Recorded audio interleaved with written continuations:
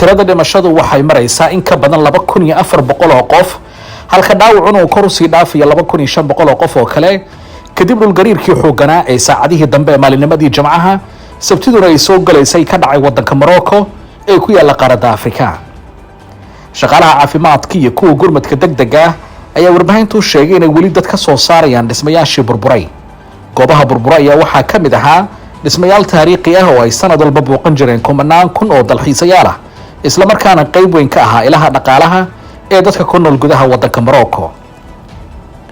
mas-uuliyiinta dowladda dalka Morocco ayaa u mahad celiyay wadamada gurmadka degdega iyo taageerada u fidiyay iyagoo sheegay in dadka u dhashay wadanka Morocco ay si gaar ah u xasuusnaan doonaan dhammaan wadamada garab istaagay xilligan adag.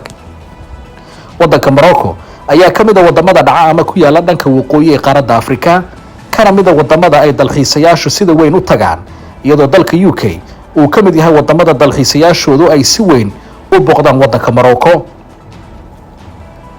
si guud marka loo fiiriyo burburka baahsan ee dhulgariir ku saameeyay ayaa waxaa muuqata in sanado badan ay qaadan doonto dib u dhiska goobihii ganacsiga iyo dhismayaashii burburay.